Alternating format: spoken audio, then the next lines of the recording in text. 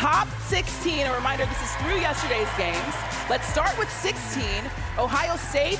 The Buckeyes have lost 3 of their last 4 games, but grab a top 4 seed for now. Minnesota joins the party at 15. Michigan State and Maryland round out the 4 seeds. Andrea, you have your eyes on the new team joining the party. Yeah, welcome to the party, Minnesota, with the opportunity to potentially host the first and second rounds. Now, Minnesota lost to Michigan State a week ago, but the observable components for this team, which I feel like stand out to the committee, they are strong. Tori McKinney, she averages 14 points per game, but can put up big-time numbers. I mentioned that loss to Michigan State. She scored 29 points. They fell short in the game, but Minnesota, they have great size, spacing offensively, and they cover for each other defensively. All right, moving on for the 3 seeds. Oklahoma, who has won 5 in a row, was 12th overall. After that, this home team, TCU. The question, should they be a 2 seed? Duke and Louisville are also on the 3 line, both losing a game since the last top 16 revealed. Shanae, what stands out to you? Boomer Sooner, a 4-spot jump for Oklahoma because they had 3 ranked wins, with 2 of them coming on the road. And star freshman Aaliyah Chavez, she's been coming on strong, averaging 20 points per game, and most importantly, 5 assists per game during this stretch. So I want to shout out head coach Jenny Branchick, because this is a team that really puts the O in offense. All right, now for the 2 seeds, a pair of Big Ten and a pair of SEC teams. Michigan, which picks up a dominant win versus Maryland yesterday, is 8th overall. LSU comes in at number 7, Iowa 6, and Vandy drops to 5th. They were 4th in the last reveal, but they have lost to Georgia since. Drea, what are you looking at? Iowa, they made a huge jump. They were 11 overall in the last reveal. They are now 6th overall. You mentioned Michigan getting a dominant win.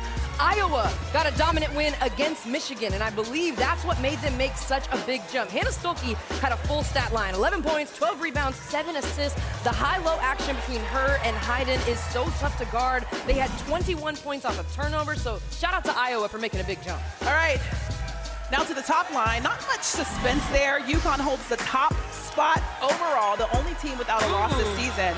UCLA, South Carolina, and Texas round out the 1 seeds. Shanae, I heard you. We're here in Texas. Let's talk about the Longhorns. Since their loss to Vandy, they have won out. I know they don't want to hear about the other Texans all year at TCU. 1 win, speaking of winning out, by 30 points, and another win by 50 points. And Maddie Booker has been on one, averaging 19 points per game, but shooting, get this, y'all, 59% from the floor, and has nailed 6 threes in this span. All right, so this is the full list of the 16 teams revealed today by the NCAA Tournament Committee. As we welcome in our expert bracketologist, Charlie Cream. When you look at this, Charlie, what stands out to you? Well, Christine, I think the first thing that jumped off the page is those 4 Big Ten teams on the 4 line. It's pretty unusual to have one conference have all of the seeds on one line.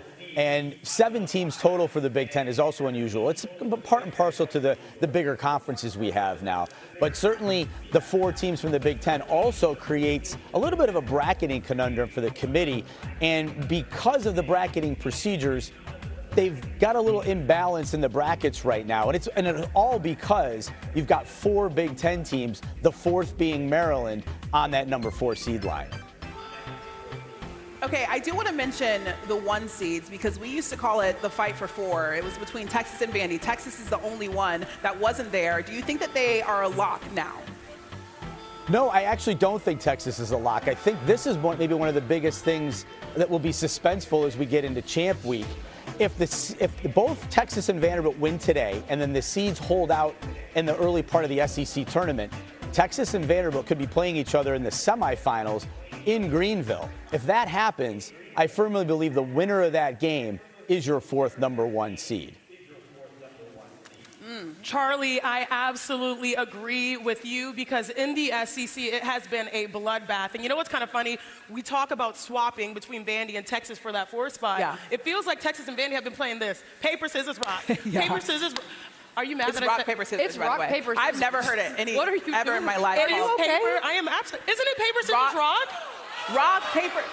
Either way, you say it. That was weird. The fact that they cannot, neither of these 2 teams, get upset. Neither of these teams can lose if they potentially see each other in the semis. Or the best case scenario, you win out and seal the deal. So all eyes will be on the tournaments. Paper, scissors, rock. It is paper, scissors, rock for me. Your analysis was almost rude. Okay, so rock, paper, scissors. It is definitely rock, paper, scissors. Got it. As everybody knows. But let's focus on the bottom of this top 16 right now. Andrea, what stands out to you? Well, I'm just interested, Charlie was talking about the SEC tournament. The Big Ten tournament is going to be crazy because you have so many teams on that 4 seed. All four seeds are in the Big Ten. So when you talk about playing in the tournament, there could be some teams that fall out of being able to host, they fall out of the top 16, or in playing in the Big Ten tournament, they could make a better case for themselves to potentially get a better seed. So I'm looking at Minnesota, Maryland, Michigan State, Iowa's in there. They're not on that 4 seed line, but all of those Big Ten teams, I've got my eye on them. And speaking of teams falling out, Ole Miss, of note, out of the top 16. And I really feel for them because if you look at their schedule, they had 5 games in 10 days. Right. 4 games pretty much in 1 week. It was scheduling hell for Ole Miss, and we were able to see them at South Carolina, and that also was a tough loss because in those 5 games in 10 days, they went 2-3, and recently they've played 4 ranked opponents, and they just lost to unranked Florida. So I feel like the timing of those games really hurt them in probably the toughest conference. I was going to say, I actually think the committee would have been like, with the LSU, the Tennessee game, all of those games, I feel like the committee understood that, but it was the loss to Florida that I feel like really gave the committee a reason to kind of drop Ole Miss out of it. My eyes were on Ohio State because they didn't drop out the way Ole Miss did, but they dropped incredibly far. When you look at this Ohio State team, they lost a couple of close games, an overtime game, a 1-point game. So when we talk about the Big Ten, Ohio State has an opportunity to make a better case for themselves playing in the tournament.